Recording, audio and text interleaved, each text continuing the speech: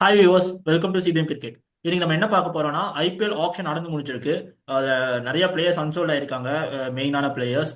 அது இல்லாம எந்தெந்த டீம் எப்படி ஸ்குவாடை பில்ட் பண்ணியிருக்காங்க அப்படின்றத பத்தியும், அண்ட் எந்தெந்த டீம்ஸ் இது குவாலிஃபை ஆவாங்க அப்படின்றத பத்தியும் நாங்கள் இன்னைக்கு இந்த வீடியோவில் டிஸ்கஸ் பண்ண போறோம். ஸோ ஃபர்ஸ்ட்ல நம்ம அந்த ஆப்ஷன்ல வந்துட்டு எந்தெந்த டீம் எப்படி எப்படி பிக் பண்ணியிருக்காங்க, அந்த ஆப்ஷன் பார்த்தீங்களா? அதை பத்தி அஹ், உங்களோட ஒப்பீனியன் சொல்லுங்க. பாலா. ஆக்சுவலி எல்லா டீமும் வந்து நல்லா பில்ட் பண்ணியிருக்காங்க. ஆனால் பஞ்சாப் வந்து சர்ப்ரைஸாக இருக்கு. ஏன்னா 110 crores வந்திருக்காங்கங்கிறப்போ ஒரு ஓப்பனர் வந்து மிஸ் பண்ணிட்டாங்களோ அப்படிங்கிற மாதிரி தோணுது. ஏன்னா ஐபிஎல்லே ஒரு பெஸ்ட் பிளேயர் டேவிட் வார்னர் அவங்க எடுக்காம போயிட்டாங்களோ. ஏன்னா அவ்வளோ ரன்ஸ் அடிச்சிருக்காருங்கிறப்போ ஒரு 6,000 ரன்ஸ் ப்ளஸ் அடிச்சிருக்காரு. அந்த டாப் 5 ரன்ஸ் ஸ்கோரர்ல இருக்காரு. விராட் கோலிக்கே ஒரு டஃப் கொடுக்குற பிளேயர்னா வார்னர் சொல்லலாம். அந்த அளவுக்கு ஒரு விளாண்டுருக்காருங்கிறப்போ அவரை எடுத்து போட்டுருந்துருக்கலாம். மேபி ஒரு ஓப்பனர் கிடைச்சிருக்க வாய்ப்பு இருக்கும். இப்போ ஓப்பனருங்கிற இது இல்லைன்னா மேபி ஜாஷ் இங்கிலீஷ் இல்லை ஒரு யங்ஸ்டரை நம்பி போகிற மாதிரி இருக்கு பஞ்சாப். ஸோ ஒரு எக்ஸ்பீரியன்ஸ் கேண்டிடேட்டாக வந்து நம்ம வார்னர் ட்ரை பண்ணியிருந்தாங்கன்னா ஒரு நல்லா இருந்திருக்கும். பாண்டிங் அங்கே தான் இருந்திருந்தாரு. ஹெட் கோச் அவரு தான். எப்படி வார்னர் மிஸ் பண்ணாருன்னு தெரியல. அதே மாதிரி லக்னோக்கும் சாரி பாலா, ஒரு இப்ப ஓப்பனர். அதுக்கு முன்னாடி அவங்க மார்க்யூ பிளேயர்ஸ்லயே வந்து பெரிய ஃபேக்டர் ஆஃப் அவங்களோட பர்ஸ் வேல்யூவை லாஸ் பண்ணிட்டாங்க. 27 6.75 crores ஸ்ரேயாஸ் இருக்கு, அப்புறம் 18 crores, அதுக்கப்புறம் 18 crores.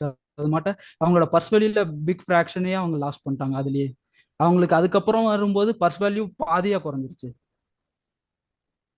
ஆக்சுவலி ஏன்னா வார்னர் வந்து கம்மி பிரைஸ்ல கிடைச்சிருப்பேன். ஏன்னா ஃபேஃபே வந்து ஒரு பேஸ் பிரைஸ்ல போறாருங்கிறப்போ சும்மா ஒரு பேஸ் பிரைஸ்ல எடுத்து போட்டு இருந்திருக்கலாம். ஏன்னா லக்னோலாம் வந்து எய்டன் மர்க்ராம 2 crore எடுக்கிறாங்கிறப்போ வார்னர் எடுத்திருந்திருக்கலாம். ஏன்னா இப்போ அவங்களுமே வந்து ஒரு different combination. Mitchell Marsh and Aiden Markram ரெண்டு பேருமே வந்து மிடில் ஆர்டர்ஸ் தான் இப்போ விளாண்டுட்டு இருக்காங்க T20. இப்போ அவங்கள தூக்கி ஓப்பனர்ஸ் போட்டு விளாடுற மாதிரி இருக்கு. அப்புறம் அண்ட் கேகேஆருமே ஆல்சோ வந்து ஒரு நிறைய நிறைய வந்து இந்த டீம்ல ரிலீஸ் பண்ணியிருக்காங்க. இப்போ எல்லாமே ரீப்ளேஸ்மெண்ட் மாதிரி இருக்கு. போன வருஷம் ஃபில் சால்ட் ஆனாரு, இந்த வருஷம் குவிண்டன் டிகா காட போறாரு. போன வருஷம் ஒரு மிச்சல் ஸ்டார்க் விளாண்டாரு, இந்த வருஷம் ஒரு ஆண்ட்ரிக் நார்க்கியா நம்பி போறாங்க. ஸோ ஒரு மாதிரி ஸ்பென்சர் ஜான்சன் எல்லா இருக்கு. டீமும் ஒரு மாதிரி ஸ்பென்சர் டிஃப்ரெண்ட். ஜான்சனுமே நல்லா பெர்ஃபார்ம் பண்ணுவாரு. பென்சர் ஜான்சன் நல்லா இருக்காரு. ஆக்சுவலி அதுதான் இப்போ பார்க்க போனோம்னா நிறைய பிளேயர்ஸ் வந்துட்டு ஓவர் பிரைஸ்டா போன மாதிரி இருந்திருக்கு. நிறைய பேர் 20 கோர்ஸ் டச் பண்ணாங்க. அந்த பிளேயர்ஸ்க்கு 20 கோர்ஸ் அதை பத்தி நம்ம அவங்களுக்கு அந்த நீட் இருக்கிறதுனால அவங்க பிக் பண்றாங்க. இருந்தாலும் அதுல நிறைய அமௌண்ட் ஸ்பெண்ட் பண்ணாலே உங்களுக்கு ஒரு ஓப்பனர்ஸ் கிடைக்கலையோ, இல்ல ஒரு சில டீம்ஸ் தான் மிடில் ஆர்டர் லேகிங்கா இருக்கு. அதான் ம். நம்ம ஒரு ஒரு ஸ்பாட் லேகா இருக்கு. அந்த இடத்துல இப்போ இம்பாக்ட் பிளேயர் வச்சாகும் போது நிறைய ஸ்ட்ரகிள் பண்ணுவாங்க. ஸோ பிளேயிங்ல வேணா நம்ம அந்த ஸ்குவாடை பத்தி பாத்திரலாம். அப்பதான் நமக்கு வந்துட்டு இனிமே கொஞ்சம் அதுக்கு தெரியும். அதுக்கு காரணம் வந்து டெல்லி கேபிட்டல்ஸ் ஓனர் தான். அவர் எக்ஸ்பெக்டரா இருந்தாரு. ஆனா அவர் எல்லாத்தையும் பண்ணிட்டு அவருக்கான பிக் வந்து நச்சுன்னு கேஎல் ராகுல வந்து 14 crores எடுத்துட்டாரு. அவர் நல்ல எப்படி பிரில்லியண்டா அவர் வந்து ஆக்ஷனை ப்ளே பண்ணிட்டாரு. ஏன்னா ஃபர்ஸ்ட் ஸ்டார்டிங்ல வரும்போது ஸ்ரேயஸ் ஐயர் வரும்போது அவர் ஸ்ரேயஸ் ஐயருக்கு கடைசி ஓவரிலும் பிட்டிங் போனாரு. அதுக்கப்புறம் திரும்பியும் பண்ட் வரும்போது அவர் பண்ட்டுக்கு போகல. பண்ட்டுக்கு அவர் அவ்வளோ போகல. ஆனா அதுக்கப்புறம் திரும்பி கேஎல் ராகுல் வரும்போது அவர் 14 crores வரலும் வந்துட்டு வேற யாருமே அவங்க பிட்டிங்கே பண்ணல. 14 crores அவர் வந்து ஈஸி பிக்கிங் ஆயிடுச்சு அவருக்கு. மேபி ஆர்சிபில 14 crores போயிருக்கலாம். அப்போ வந்து ஆர்சிபி தான் 83 crores பர்ஸ் வேல்யூ ஃபுல்லா இருந்தது. அவங்க ஆர்சிபி போயிருக்கலாம். அவருக்கு வந்து ஈஸி பிக்கிங் ஆயிருச்சு கேஎல் ராகுல். அதே அதே மாதிரி மாதிரி அவருக்கு ஸ்டார்க்குமே வந்து ஆர்சிபிக்கு அடிச்சிருப்பாங்க. ஆஹ் ஆக்சுவலி ஸ்டார்க் வந்து ஆர்சிபிக்கு சோல்டுன்னே சொல்லியிருக்க சமயத்துல டிசி உள்ள புந்து அப்படியே ஒரு உம் கேம் ஆடி அவங்க டிசி எடுத்துட்டு போயிட்டாங்க அப்படியே. அவர் நிறைய பிளேயர்ஸுக்கு ஆர்சிபி போகவே இல்லை, போயிருக்கலாம். நிறைய பிளேயர்ஸ் அவங்களோட ஓல்டு பிளேயர்ஸுக்கே அவங்க ட்ரை பண்ணிருக்கலாம். பர்ஸ் வேல்யூ பிக்கா தான் இருந்தது. எப்படி சொல்ல, பேரு நல்ல பேர் வச்சிருக்கிற பிளேயர்ஸ் எல்லாம் நிறைய பேர் வந்தாங்க. அவங்களுக்குலாம் அவங்க பிட்டிங் அந்த போர்டே தூக்கல. ஆக்சுவலா ஆப்ஷனே 2 நாள் நடந்துச்சு. டே ம், ஒன்ல நிறைய டீம்ஸ் வந்துட்டு பெருசா அவங்க எக்ஸ்பெக்ட் பண்ண பிளேயர்ஸ் கிடைக்காம ரொம்ப டிசப்பாயிண்ட்ல தான் இருந்தாங்க. அப்படி பார்க்க போனா ஆர்சிபி வந்துட்டு 83 கோர்ஸ் வச்சிருந்தாங்க. ஆனா ஃபர்ஸ்ட் டே ம், அவங்க ஆப்ஷன் பாத்தீங்கன்னா அவங்க எக்ஸ்பெக்ட் பண்ண பிளேயர்ஸ் எல்லாமே போனாங்க. வெங்கடேஷ் ஐயருக்கு ஒரு 22 கோர்ஸ் போனாங்க. ஆனா ம், அந்த அவ்வளவு தூரம் போனவங்க இன்னும் ஒரு 1.5 தான் கேட்டாங்க அவங்க எக்ஸ்ட்ராவா. அதை ம், இன்னும் மீறி பிட் பண்ணிருப்பாங்க. ஸோ அந்த மாதிரி நிறைய பிளேயர்ஸ் அவங்க மிஸ் பண்ணாங்க டே ஒன்லயே. அவங்க அந்த டீமை பில்ட் பண்ண அவங்க ஒரு டீம் பில்ட் பண்ணணும்னு நினைச்சாங்க, அது டே ஒன்ல மிஸ் பண்ணிட்டாங்க. டே டூ அவங்க நல்லா ப்ரிப்பேர் ஆயிட்டு வந்தனால தான் இந்த அளவுக்கு டீம் பில்ட் பண்ணிருக்காங்க. ஆக்சுவலா சொல்ல போனா டே ஒன்ல தினேஷ் கார்த்திக்கோட இன்வால்மெண்ட்டுமே பெருசா மேனேஜ்மெண்ட். ஏன்னா விட்டு போகும்போது கூட தினேஷ் கார்த்திக் பேசவே இல்லை. தினேஷ் கார்த்திக் ஓரமா உட்காந்துருக்காரு.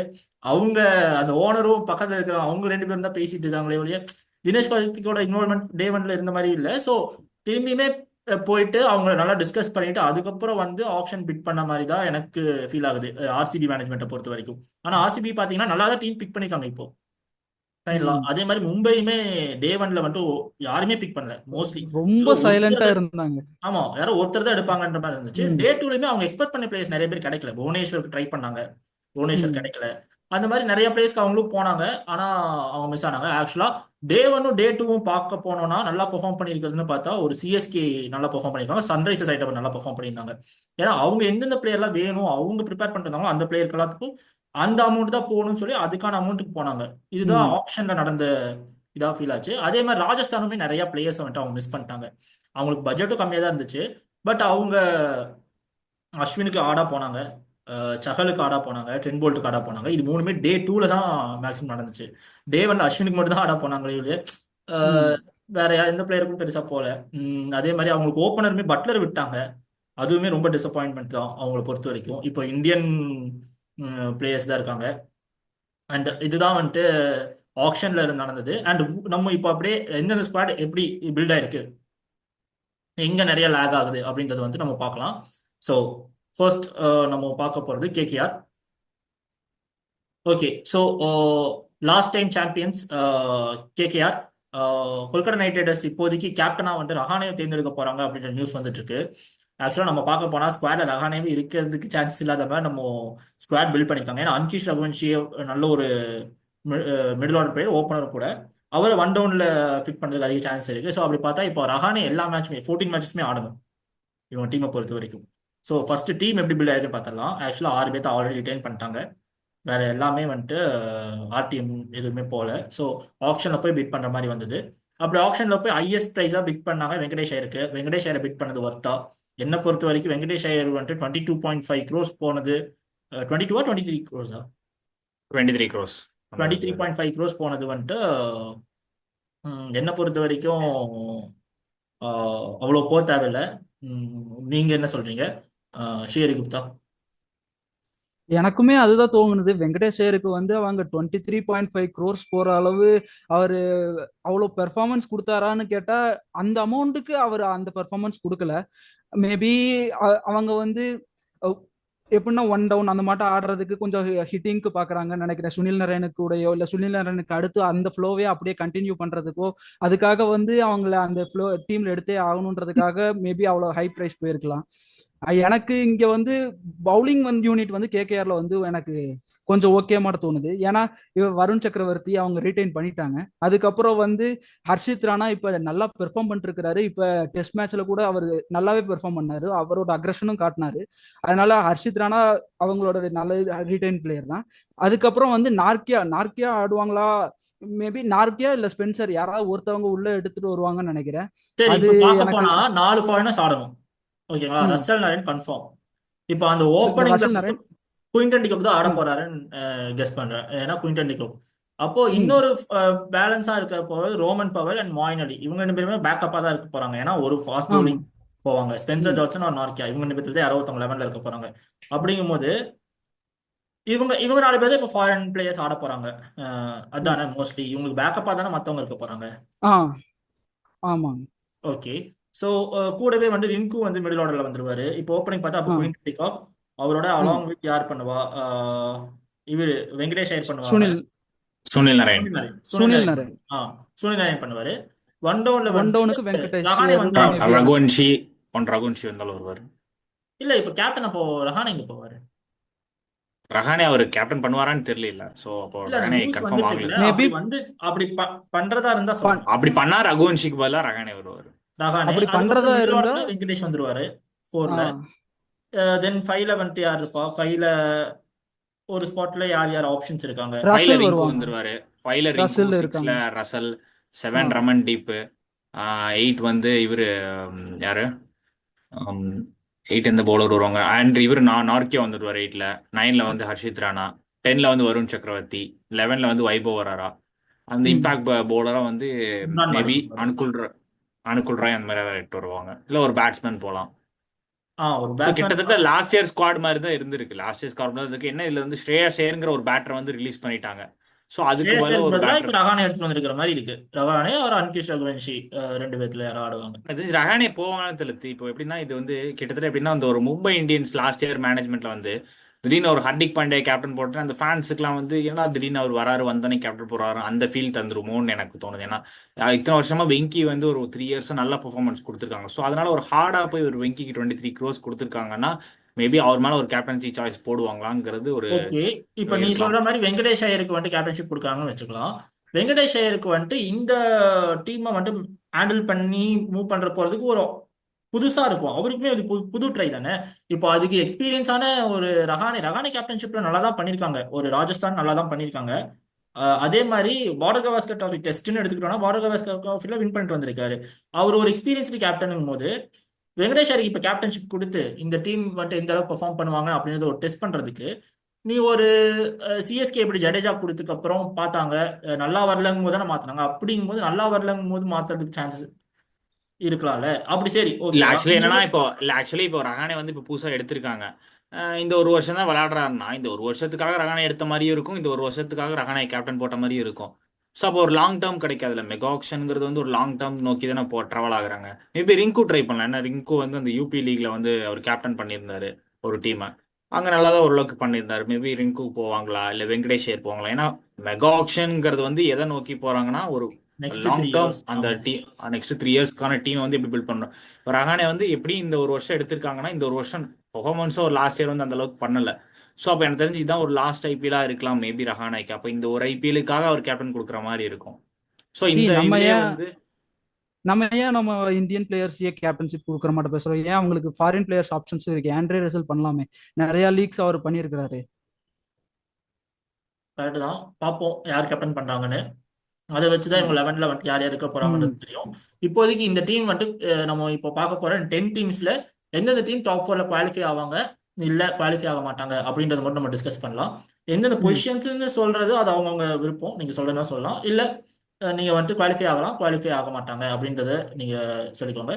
ஸோ கேகேஆர் டீமை பொறுத்த வரைக்கும் இவங்க டீம் வந்துட்டு டாப் 4ல என் பண்ணுவாங்களா? எந்த பொசிஷன் இருப்பாங்க? லாஸ்ட் இயர் சாம்பியன்ஸ் இந்த ஸ்குவாட் உங்களுக்கு எப்படி ஸோ ஒரு என்னோட home point of ground and என்னன்னா அவே கிரவுண்டை வச்சு கம்பேர் பண்ணி சொல்லுங்க.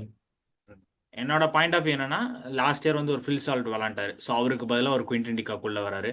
ஸ்டார்க் லாஸ்ட் இயர் விளாண்டாரு. அவருக்கு பதிலாக ஆண்ட்ரிக் நார்க்கே தான் வச்சு ஸ்டார்ட் பண்ணுவாங்க. மேபி அவர் வந்து அந்த அளவுக்கு பெர்ஃபார்மன்ஸ் கொடுக்கலனா ஒரு ஸ்பென்சர் ஜான்சன் உள்ள எடுத்துட்டு வரலாம். ஏன்னா ஸ்பென்சர் ஜான்சன் வந்து நல்ல பெர்ஃபார்மன்ஸ் கொடுக்குறாரு ஒரு பிபிஎல்லா இருக்கட்டும். அப்புறம் ரீசெண்டாக வந்து இப்போ ஆஸ்திரேலியா வர்சஸ் பாகிஸ்தான் சீரீஸ்ல நல்ல பெர்ஃபார்மன்ஸ் கொடுத்திருந்தாரு ஸ்பென்சர் ஜான்சன், ஒரு 3 விக்கெட் ஹால். ஸோ அங்கே நல்லா பண்ணாருங்கிறப்போ ஒரு லெஃப்ட் ஆர்ம் ஃபாஸ்ட் bowler அந்த ஸ்டார்க்கு லைக் ஒரு ரீப்ளேஸ்மெண்ட்டாக எடுத்து வந்திருக்காங்க. ஸோ இவங்களோட ஃபாரினர்னு பார்த்தா எல்லாருக்குமே ஒரு கரெக்டான ஒரு பேக்கப் எடுத்திருக்காங்க. குவிண்டன் டிகாக்கு ஒரு ரஹம்னல்லா குர்பாஸ் ஒரு விக்கெட் கீப்பர் பேட்டர் எடுத்திருக்காங்க. தென் சுனில் நரேனுக்கு ஒரு ஆல்ரவுண்டர் மொயின் அலி. ஸோ அதே ஆஃப் ஸ்பின் அதே லெஃப்ட் ஹேண்டர் பேட்டர்னு சொல்லி எடுத்திருக்காங்க. ரசலுக்கு ஒரு ரவுமன் பால் பேக்கப் எடுத்திருக்காங்க. அதே மாதிரி நார்க்கியாக்கு ஒரு ஸ்பென்சர் ஜான்சன் பேக்கப் எடுத்திருக்காங்க. ஸோ ஒரு மாதிரி எல்லாத்துக்கும் ஒரு லைக்லி பேக்கப் வச்சிருக்காங்க. இப்போ சப்போஸ் வருண் சக்கரவர்த்திக்கு ஏதாவது இன்ஜுரினா ஒரு மயங்க் மார்க்கண்டே வச்சிருக்காங்க. ஸோ இந்த மாதிரி எல்லாத்துக்கும் ஒரு நல்ல பேக்கப் எடுத்திருக்காங்க. பட் ஆனால் லாஸ்ட் இயர் இந்த ஸ்ரேயாஸ் ஐயர் இருந்தவர் இல்லை. ஸோ லாஸ்ட் இயர் இருந்த ஸ்குவாட் மாதிரி இல்லாதப்போ கொஞ்சம் ஒரு இம்பேலன்ஸ்டாக இருக்கிற மாதிரி தெரியுது. மேபி டாப் 4 வரத்துக்கு கொஞ்சம் ஸ்ட்ரகிள் பண்ண வாய்ப்பு இருக்கலாம். ஓகே. ஸோ என்னை பொறுத்த வரைக்கும் என்னன்னா இவங்க டாப் 4ல வந்துட்டு என் பண்ண மாட்டாங்கன்னு தான் நினைக்கிறேன். ஏன்னா லாஸ்ட் இயர் நிறைய வேல்யூபிள் பிளேயர்ஸ் இருந்தாங்க இவங்க கிட்ட. இந்த டைம்ல வந்துட்டு வெங்கடேஷ் ஐயர் தான் இருக்காரு. ஒரு ஸ்ரேயாஸ் ஐயரை மிஸ் பண்ணிட்டாங்க. ஸ்ரேயாஸ் ஐயர் ஆக்சுவலா வின்னிங் கேப்டன். திரும்பி டீம்ல எடுத்து கேப்டன்ஷிப் கொடுத்தாலுமே நல்லா இருந்திருக்கும். இல்ல ரீட்டைன் பண்ணியிருந்திருக்கலாம். ரெண்டுமே பண்ணல அப்படிங்கும்போது அதுவுமே ஒரு நியூ கேப்டன் மறுபடியும் மறுபடியும் எப்படி ஆயின் மார்கன் வந்த டைம்ல எப்பவுமே கேகேஆர் வந்துட்டு புது கேப்டன் கொடுத்தாங்கன்னா மறுபடியும் ஸ்லோவா ஸ்டார்ட் பண்ணி அந்த கேப்டனுக்கு எக்ஸ்பீரியன்ஸ் அப்புறம் தான் அவங்க 4க்கு வராங்க. அப்படிதான் இருந்திருக்கு. ஸோ இந்த டைம் எனக்கு என்ன பொறுத்த வரைக்கும் அதுவும் ஒரு பாயிண்ட். அண்ட் செகண்ட் பாயிண்டா சொல்லணும்னா மிச்சல் ஸ்டார்க்ன்றது ஒரு வேல்யூபிள் பை அவங்களுக்கு. ஆக்சுவலாக ஃபைனல் ஜெயிச்சதுக்குமே அவர் ஒரு இது. அது இல்லாமல் அவர் 4 ஓவர் போடுறாரா மேக்ஸிமம் கண்டென்ட் பண்ணுவார், சம்டைம்ஸ் அடி வாங்குவார். அந்த மாதிரி தான் லாஸ்ட் இருந்திருக்கு. பட் அவர் ஒரு ஸ்டார் பிளேயருங்கும் போது அவர்கிட்ட இருந்துமே அர்ஷித்ரான நிறையா லேர்ன் பண்ணிக்கக்கூடிய சான்சஸும் இருந்துச்சு. ஸோ இந்த மாதிரி ஒரு எக்ஸ்பீரியன்ஸ்டு பிளேயரா இவங்களுக்கு ஃபாஸ்ட் பவுலிங் யூனிட்ல யாருமே இல்லை. அதுவுமே வந்துட்டு ஒரு மைனஸாக தான் எனக்கு ஃபீல் ஆகுது. ஸ்பின்னர்ஸ் மட்டும் இவங்களுக்கு ஸ்ட்ராங்காக இருக்காங்க. இப்போ ஃபாஸ்ட் பவுலிங்னு பார்த்தா ஹர்ஷித் ராணா இருக்காரு, நல்லா தான் பெர்ஃபார்ம் பண்ணுவார். அவரும் உம்ரான் மாலிக் எந்த அளவுக்கு 14 மேட்சஸ்மே இம்பாக்ட் பண்ண போறாங்க அப்படின்றது தெரியல. ஸோ இவங்களை பொறுத்த வரைக்கும் டாப் 4க்கு வரதுக்கு கொஞ்சம் ஸ்ட்ரகிள் பண்ணுவாங்க, அதுதான் எனக்கு தெரியுது. பட் ரொம்ப பேடாக என் பண்ண மாட்டாங்க இந்த சீசன். ஆனால் டாப் 4க்குள்ள வரதுக்கு அதிக சான்சஸ் இல்லை. என்னை பொறுத்த வரைக்கும் வர மாட்டாங்கன்னு நான் கெஸ் பண்றேன்.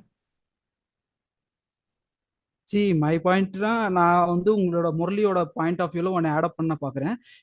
ஒரு ஸ்டாட்ஸ் பார்த்தேன் இப்போ ரீசெண்டாக. மெயின் மேட்ச் பிளேயர்னா ஸ்டார்க் வந்து மெயின் மேட்ச் பிளேயர். ஏன்னா அவர் வந்து அவர் பார்ட்டிசிபேட் பண்ண ஃபைனல் மேட்ச் எதுலையுமே அவர் தோத்ததே இல்லை. அதாவது அவ்வளோ இம்பாக்ட் கொடுக்குறாரு. அந்த ஃபைனல் மேட்சஸ்னு வந்தாலே அவளோட இம்பாக்ட் வந்து பவுலிங்ல ஹையா இருக்கும். அவங்க இம்பாக்ட் பண்றது, அவரோட பவுலிங் ஸ்டைல்ஸ் வந்து மித்த மேட்ச் கம்பேர் பண்ணும்போது அதுல வந்து அவரோட பொட்டன்ஷியலும் வந்து ஹையா இன்க்ரீஸ் பண்ணி கொடுப்பாரு. ஸோ என்னோட பாயிண்ட் ஆஃப் வியூ என்னன்னா, ஃபர்ஸ்ட் ஃபியூ மேட்சஸ் வந்து கேகேஆரோட காம்பினேஷன்ஸ் எப்படி செட் ஆகுது, அவங்களோட காம்பினேஷன்ஸ் ஆஃப் டீம் வந்து அவங்க ட்ரை பண்ண விதம், மேபி ஃபர்ஸ்ட் 2 மேட்சஸ் 3 மேட்சஸ்லேயே அவங்களுக்கு காம்பினேஷன் செட் ஆகி கிளிக் ஆயிருச்சுன்னா மேபி அவங்க எண்டப் ஆக டாப் 4ல எண்டப் ஆக வாய்ப்பு இருக்குது. ஆனா அவங்க கொஞ்சம் திணறி காம்பினேஷன்ஸே அவங்களுக்கு கிடைக்காம லாஸ்ட் மேட்ச் வரல அவங்க காம்பினேஷன்ஸ் ட்ரை பண்ணிக்கிட்டே இருந்தாங்க. கொஞ்சம் சீசனுக்கு முன்னாடி மும்பை காம்பினேஷன்ஸே செட் ஆகாம ட்ரை பண்ணிட்டே இருந்தாங்கல்ல, அந்த மாட்டம் செட் ஆனாங்கன்னா அவங்களால டாப் வர்றதுக்கு சான்சஸ் கம்மி. மேபி டாப் 5 வரலாம். ஸோ 5th பொசிஷன் என் பண்ணுவாங்கன்ற மாதிரி நீங்க சொல்றீங்க. ஸோ இதுதான் கேகேஆர் டீமோட ஸ்குவாட் பத்தி எங்களோட review. And moving on to the next team, Sunrisers Hyderabad. Sunrisers Hyderabad பொறுத்த வரைக்கும் ஆக்ஷன்ல சூப்பரா போயிருக்காங்க. இவங்க எப்பவுமே பண்ற மிஸ்டேக்ஸ் மாதிரி இந்த டைம் பண்ணலன்னு நினைக்கிறேன். ஏன்னா இந்தியன்ல எந்த பிளேயருமே இவங்களுக்கு இருந்தது இல்லை. ஃபாரின் பிளேயர்ஸ் மட்டும் தான் பெர்ஃபார்ம் பண்ணியிருப்பாங்க. இந்தியன்ல மேபி யங்ஸ்டரா வச்சு அபிஷேக் சர்மா பெர்ஃபார்ம் பண்ணனால இவங்க நல்லா டீமா தெரிஞ்சுது. அது இல்லாம பவுலிங் யூனிட் இருப்பாங்க. மற்றபடி இந்தியன் பிளேயர்னு சொல்லிக்கூடிய அளவுக்கு யாருமே இருந்ததில்லை. ஆனா இந்த டைம் வந்துட்டு இவங்க இஷான் கிஷனுக்கு இவ்வளோ ஆடா போய் எடுத்தது, அதுவும் இல்லாம நிதிஷ்குமார் ரெட்டி, அபிஷேக் சர்மா வந்துட்டு இவங்க எந்த அளவுக்கு வளர்த்தி விட்டுருக்காங்க. இப்போ இந்தியன் கேப்டு பிளேயர்ஸா இருக்காங்க. ஸோ அப்படிங்கும்போது இவங்களுக்கு ஒரு இந்தியன் கோருமே நல்லா செட் ஆயிருக்கு இந்த டீம் பொறுத்த வரைக்கும். அண்ட் ஆல்சோ ஷமி டீமுக்குள்ள வந்திருக்காரு. புவனேஸ்வர் இருந்திருக்காரு, அதே மாதிரி அது ரீப்ளேஸ்மெண்ட்டா ஷமி எடுத்துட்டு வந்திருக்காங்க. அப்படிங்கும்போது இவங்க டீம் பார்க்கறதுக்கே நல்லா ஸ்ட்ராங்காக தான் தெரியுது. பட் இருந்தாலும் நீங்க சொல்லுங்க, இவங்க ஸ்குவாட் எப்படி பில்ட் பண்ணியிருக்காங்க ஸ்ரீஹரி? நீங்க இப்ப ரீசெண்டா ஷமி அவர் வந்து லோக்கல் மேட்சஸ் இந்த ரஞ்சி டிராஃபிஸ் அந்த மாதிரி ஆடுறதெல்லாம் நீங்க பாத்தீங்களா என்னன்னு தெரியல.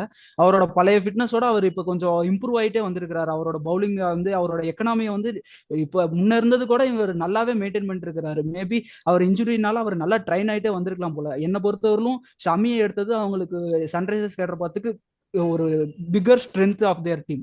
அதுக்கப்புறம் வந்து அவங்க என்னோட வார்த்தை என்னன்னா, அவங்க நட்ராஜனுக்கும் போயிருக்கலாம், அவங்க எடுத்திருக்கலாம். ஆனா இப்போதைக்கு பவுலிங் யூனிட் நல்லாவே செட் பண்ணிட்டாங்க.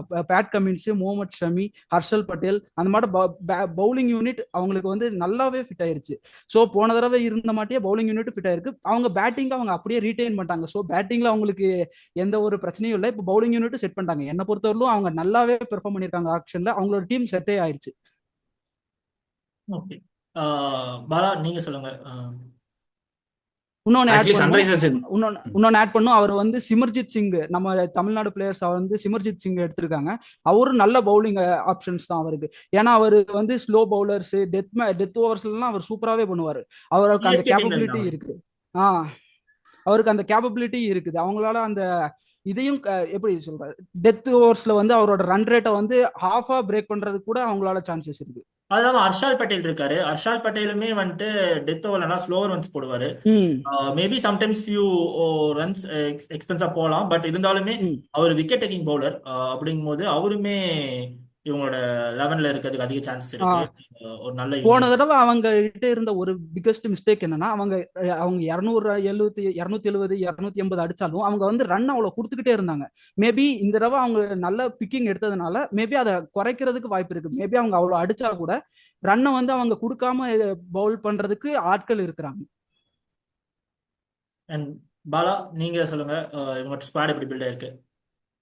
ஆக்சுவலி உங்க ஸ்குவாட்ல வந்து என்னன்னா, இந்த ஐபிஎல்ல வந்து ஒருத்தர் வந்து 2 கையிலையும் பவுலிங் போடுறவர் ஒருத்தர் எடுத்திருக்காங்க. கமிண்டோ மெண்டிஸ் ரைட்லையும் போடுவார், லெஃப்ட்லையும் போடுவார். ஸோ அந்த மாதிரி ஒரு பிளேயர். இப்போ ரீசெண்டாக வந்து சன்ரைசர்ஸ் கூட போஸ்ட் போட்டாங்க, மிரர் மெண்டிஸ் அப்படின்னு சொல்லி போட்டிருந்தாங்க. 2 கையிலையும் போடுவார். ஸோ அந்த மாதிரி ஒரு பிளேயர் எடுத்துக்கிற டெஸ்ட் சூப்பராக பெர்ஃபார்மன்ஸ் கொடுத்துட்டு இருக்காரு. அந்த அளவுக்கு கன்சிஸ்டன்சி கொடுத்துட்டு இருக்காரு. ஒரு 50+ அடிக்கட்டும், ஒரு 100+ இருக்கட்டும். ஸோ அவர் அவுட் பண்ணுறது அந்த அளவுக்கு கஷ்டமான ஒரு நல்ல ஒரு ஆல்ரவுண்டர் எடுத்திருக்காங்க. அப்புறம் முத்தியா முரளிதரன் அந்த ஆப்ஷன் டேபிள் இருந்ததுனால ஒரு எஸ்ஆன் மலிங்கா அப்படிங்கிறவர் எடுத்திருக்காங்க. ஒரு நல்லா பேஸ் போடுறாரு, ஒரு ஷார்ட் பவுன்ஸ்லாம் ஏற்றுறாரு பார்த்த ரீசெண்டாக. ஸோ அவர் நல்லா பண்ணுறாரு. அவர் எடுத்துருக்காங்க. ஒரு 1.4 crore எடுத்திருந்தாங்க. ஸோ அவர் நல்லா பண்ணுற மாதிரி இது தெரியுது. அவர் எடுத்திருக்காங்க. கூட ஒரு அடிஷனாக என்னன்னா ஜாம்பா எடுத்திருக்காங்க. ஒரு நல்ல அடிஷன். ஏன்னா லாஸ்ட் இயர் அந்த ஸ்பின்ல வந்து ரொம்பவே ஸ்ட்ரகிள் ஆனாங்க. யாருமே அவங்களுக்கு ஸ்பின் நல்லா பண்ணல. மயங்க் மார்க்கண்டேவும் அந்த அளவுக்கு அடி வாங்கினாரு. ஸோ இந்த டைம் வந்து ஒரு ஆடம் சாம்பாவா இருக்கட்டும், ஒரு ராகுல் சாரா இருக்கட்டும், ஒரு நல்ல ஸ்பின்னர்ஸ் எடுத்திருக்காங்க.